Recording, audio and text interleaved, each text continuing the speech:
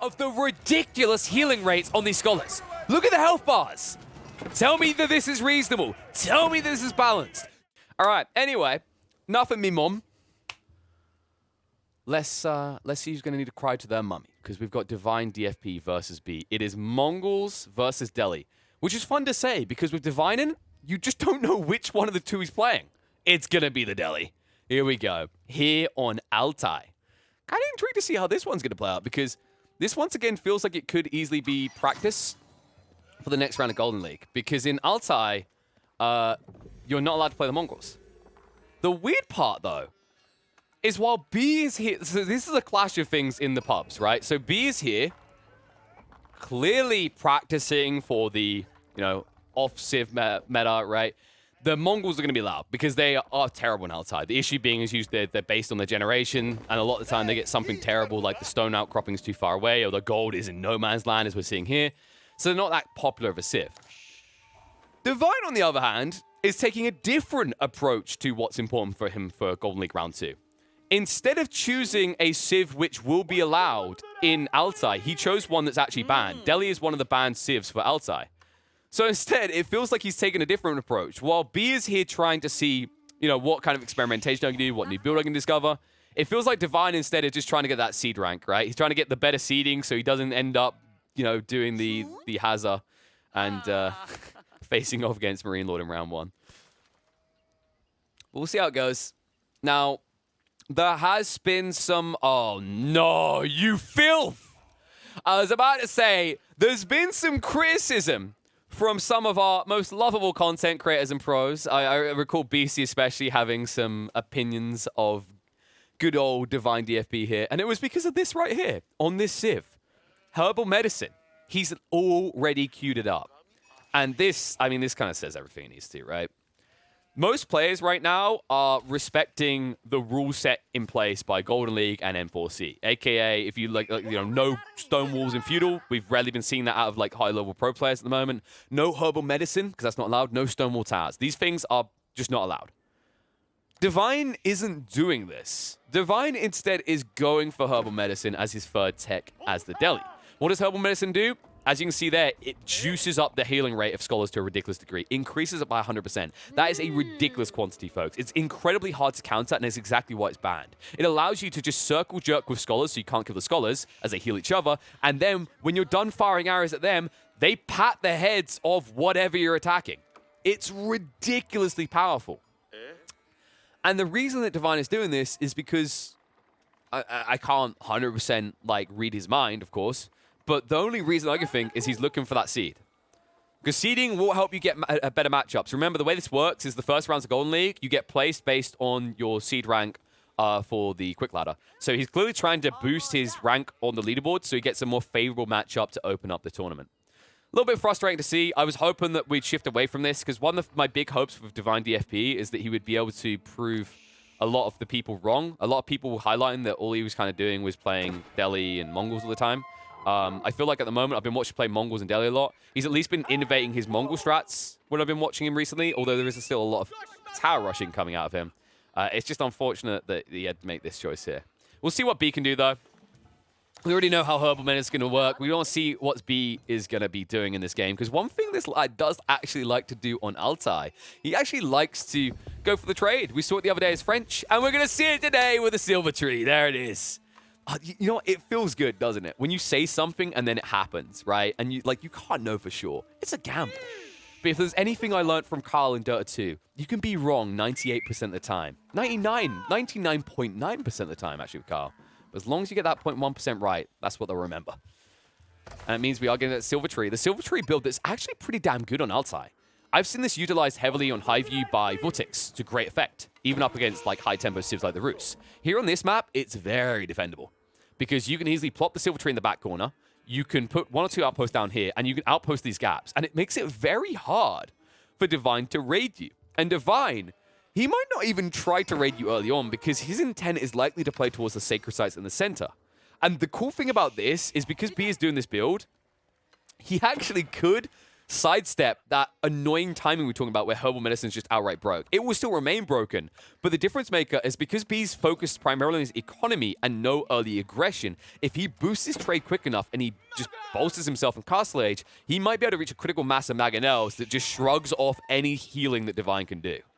Because let's be real here, folks. All right, Herbal Medicine is a wonder. It's like having the NHS back in like the 14th century. However, if you bring a person in on a stretcher who's been crushed by a boulder, it might be very hard to revive them from being dead. And that's the power of the Mangonels. You get enough of them, it doesn't even matter that the Scholars are there healing up units, because they will instantly get obliterated by a line of siege.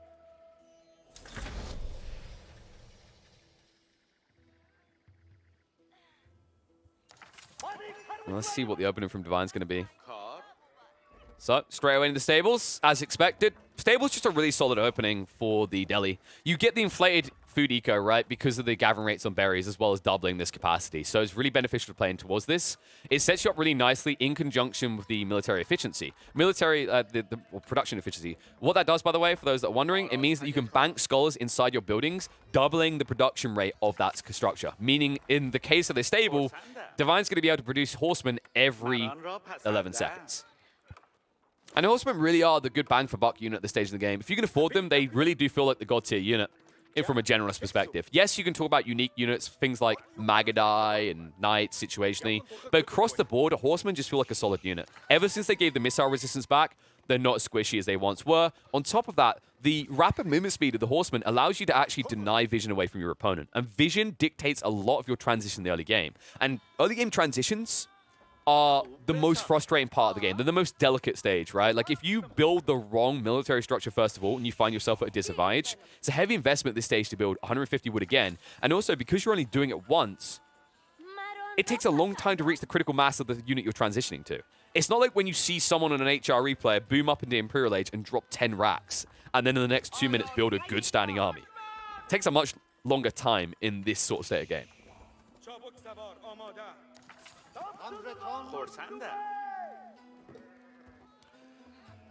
And here we go. Trade online. I do believe, yes, he has been doing it. So the thing that B's doing here right now, some people molding going efficiency there's a really good reason why the silver tree is still parked here. It's not because he's a really greedy boy and he doesn't want to miss all the honey being returned to the hive when he goes idle. It's because this silver tree is able to double produce the initial traders. This is the power of this play. With the Uvu nearby, you drop the silver tree here and then you use all of your stone to double produce. So now, if you look at the trade count, already at this early point, B has 9 traders working. And now he will shift the silver tree to the back corner to maximize the income in the following minutes.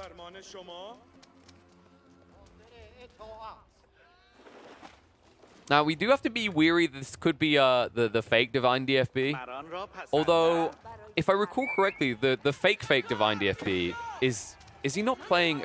I think he's playing as the reverse name, because Divine did have a second account, his Smurf, which was called PFD Enivid. Don't know why it's a PFD file. But I'm pretty sure this is real Divine DFB.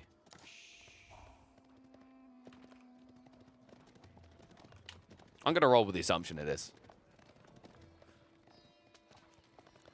Magadai. I love this from B. He's actually keeping his opponent in check. It's really cool. Oh, the card! That is less cool. Okay, B. He's like, I'm getting too much trade. I need to handicap myself. I mean, that was a whoopsie-daisy angel moment. That was a slipsy-doodle. And that's a really important mistake, actually. When you play Magadai, you can't afford to lose your Khan. Your Khan is everything. You need the maneuver arrows to get this very pricey unit out of a jam. So the fact that you just lost the Magadai forces an entire retreat, and it means that Divine can now move out to the mid-map and start to solidify control around the sacred sites. The sacred sites is the real reason why B went Magadai. The Magadai were meant to deny horsemen over time, always keeping their distance due to the Khan, and then whenever his opponent played towards the sacred site, he could drive by him, because... you know, Magadai go brrr, and there would be nothing that he could do. Because, like I said, horsemen, although they're quicker than Magadai, when the Khan is in the mix, the maneuver arrow allows you to disengage. Archer's just moving in. Magadai do count them out, and horsemen charging through needs to be careful here. Damage starting to add up. B's reaching critical mass very fast here. And this is getting really scary. B, my boy. He stopped at 9 on the trade. but the numbers are pretty damn good. Look at that. The amount of gold he's getting. Whew. He's got the Midas touch.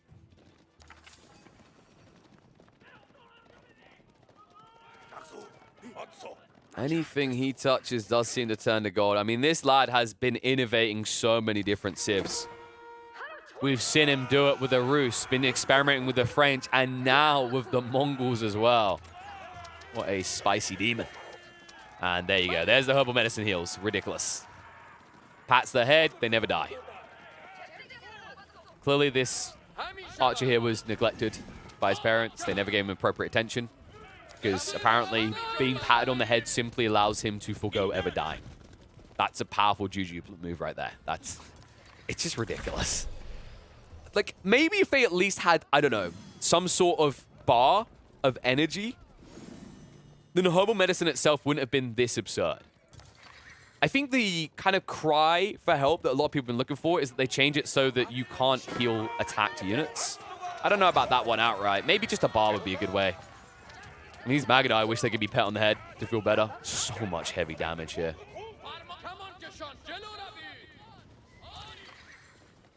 Army is building on both sides, though. B, outmassed. But remember, he has the drive-by, but they can't again! Oh, B, he so desperately needs to get Castle Age. It's costing him dearly here. And these Magadai do not trade well against the archers. The pattern on the heads is doing so much work for Divine DFP.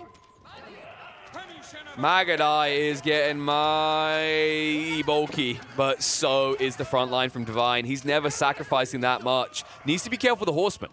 Needs the archers to keep him alive. And that's the issue. B can't easily target out these archers because of the low drive-by range. 3.5 tower range on the Magadai, only dealing 8 damage each, means it's very hard to insta-snipe these archers because you're going to end up attacking the wrong target. Ay, ay, ay. And there we go. B, he will at least control the outskirts here. Wants to get the Yam movement speed up, but also the layer of protection for his caravan route. And this is going to start to accelerate him. Up to 12 traders now. And this is the impressive part, actually. Like, he's fielding this many Magadai, but he's also increasing the amount of trade he's doing. The issue, however, is not really putting a dent into the size of Divine's army. Before he was being doubled up. Now he's being tripled up. And Divine, I wouldn't be surprised if Siege Engineering, yeah, it's already been researched. So he's prepped and ready. Forward outpost going to be dropped. Building the Rams if need be. Wait, has he got a second blacksmith? Yeah, there it is. It's actually been queued up, so it's not ready just yet. Will be soon, though. Magadai going to be chased away. So many dead units. And folks, every time one of these Magadai die, say that too many times, see how you get along. 160 resources. And yes, you can pay for stone, but you have limited stone. So a lot of this is just him investing hard in the gold. This build on food as well, but this build is enabled by this trade. Without this, you couldn't fill this many Magadai. You couldn't justify it without Castle Age timing because you'd need the step readout to keep you afloat. And that's the awkward part. Because B still hasn't gone for a Castle Age, he's not realizing his technological advantages. These Magadai, when you juice them up into Castle Age with all the relevant tech ups, they end up with like 13 damage per shot, as well as an additional 20 health. That's almost a 25% increase in their health pool. And B, he's flanking around. He's in trouble. There's a raid in Divine. He's committing now.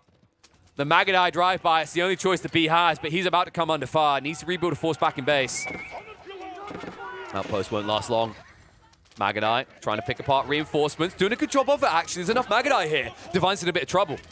He needs to rely on the forces he has on the front. It is still a sizable force, though. And the head patters are here in force. 6 scholars on the front. And that means they can dive onto the TC and start to burn it to the ground. Magadai are needed to make this work. The Khan goes down again for B. Why does he hate his leadership role so much? B has sacrificed so many Khans to the great Sky God. And got paid little in return. Magadai still trying to build up again. I don't know if it's going to be quick enough at this rate, though. The archer count, like, he's only has got 2 archery ranges working for him. Got to be careful. His eco line is going to be exposed soon. Hard pressured here, but Divine, he's been delayed. Look at this. The Magadai delayed him so long, he hasn't brought out new reinforcements. So he's slowly losing a few of these troops, but not many, because of the ridiculous healing rates on these scholars. Look at the health bars. Tell me that this is reasonable. Tell me this is balanced. Do you really need any more explanation as to why Herbal Medicine is not allowed in competitive play? This is what NHS healthcare looks like in an ideal world. Free healthcare looks like this. Not in real life, but definitely in Divine's fantasy. This is just disgusting to watch. B's over here, playing in feudal age. 14th century technology. Meanwhile, Divine has somehow borrowed nanotechnology from the 31st century. And it looks like the beginning of the end. TC's been garrisoned for so long, not able to really do anything. Chasing from the horseman to keep the Magadai away. And the head patterns just continue. Just a single horseman could burn this down because the scholars are just circle jerking each other. Look at what he's doing. There's 20 villagers in here, folks. 20 villagers, and it's still not enough to kill a scholar. I swear to God, if the patch coming in the next few days doesn't resolve this, my hair is going to fall out. I genuinely, I will be bald. I will be Breaking Bad. No matter how hard I break bad, nothing can be as bad as this. This is just disgraceful. B is sticking with it, though. He doesn't feel it's over just yet. He's really holding on. I got to give him credit where credit's due. The horseman baited away. It's actually kept him alive. Look at the count now. Trying to renew the horseman, but look, the repairs are coming out. A few villages have been sacrificed, but remember, B's true economy is at the back, and that's why he's still ahead. B is staying alive. He refuses to give over to this. He says, Divine, if you want that seeding rank so damn badly, fight me for it. And instead, Divine will be repulsed away. Almost as quickly as we are repulsed by this strategy.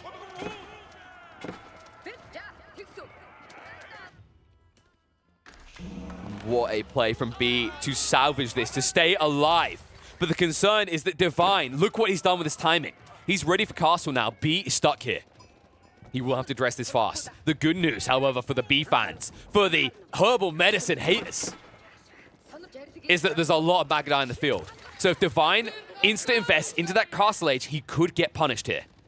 And the Magadai on the move. B understands his timing, and he also set up for it. These outposts, they're giving a daisy chain effect. The Yam movement speed is going to be there. He will be able to quickly gap close and reach into Divine's economy line, an economy line that's about to be exposed as they're finishing off the trees.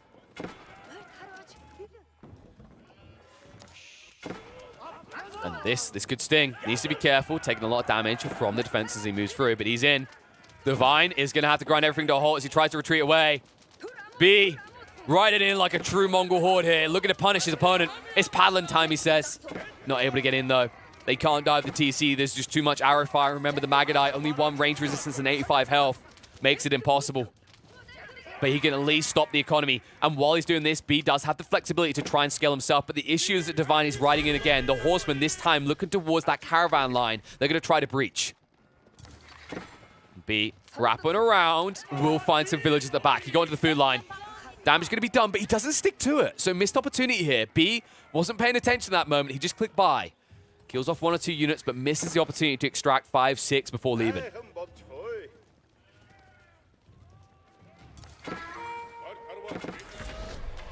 Horseman will at least deny some equity in B's base, but B is ready. The trade has never been addressed. Divine has been so fixated on this base, he never took away B's biggest play. His gold mine that never gets tapped. The trade has kept B alive against the Herbal Medicine trader.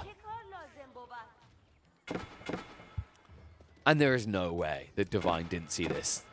I think he didn't have a scout, so there's a possibility he didn't notice, but he wrapped around the horseman. He should be seeing with these outposts what's going on back here. If he hasn't realized by now, with the lack of Deerstone being present in B's base, he should realize that B is on trade. Yet he continues to just be grudgingly headbutt the front of B's base, never able to get towards anything of value. And look what B has now done. And the irony setting in. Herbal Medicine on one side, outpost spam on the other. It ain't easy for Divine anymore. And Divine, by the way, still only has 1 sacred site. He never sent his monks around to the side. He never sent his scholars off to get those triple sacred site conditions. Not to mention the additional gold trickle, right? Because you get 150 per minute per site as the deli. So a lot of missed eco benefits. And it means when we look at the income per minute, you can see that B's still holding on. And things will get better, folks. because he's got step read outplay to his advantage as well. Trade continues. Sticking at 13 for the moment. Has sacrificed a lot of eco scalability to keep Magadai armies afloat.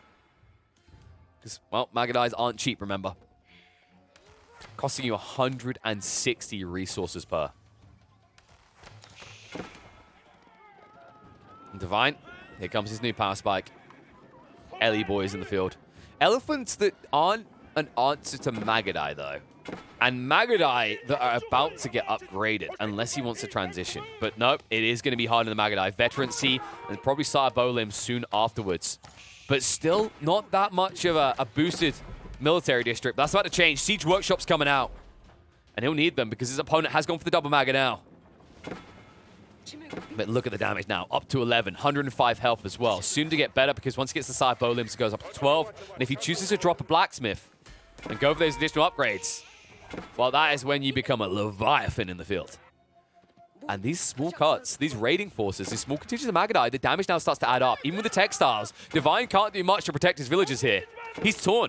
He went for a static force. And this is where B is weaving his way through, chipping away at the eco. So many villagers forced to come off of the wood line, and so many still to die. He sticks on top of him like glue, shifts out the other side, and after that, look at the eco lead. Divine below 50, and B over 70 eco units in total. This game is turning. And Divine, his empire is burning. Look how small the force is on the front. He's heavily reliant on Mangonels, but guess what? Daddy B is here to play. He's building the Springles. And Divine is so all in on anti-clump, he has no counter siege himself. No way of dealing with it. 2 Lancers will not burn down Springles quick enough. In fact, 2 Lancers won't even breach because these outposts will kill you before you get there.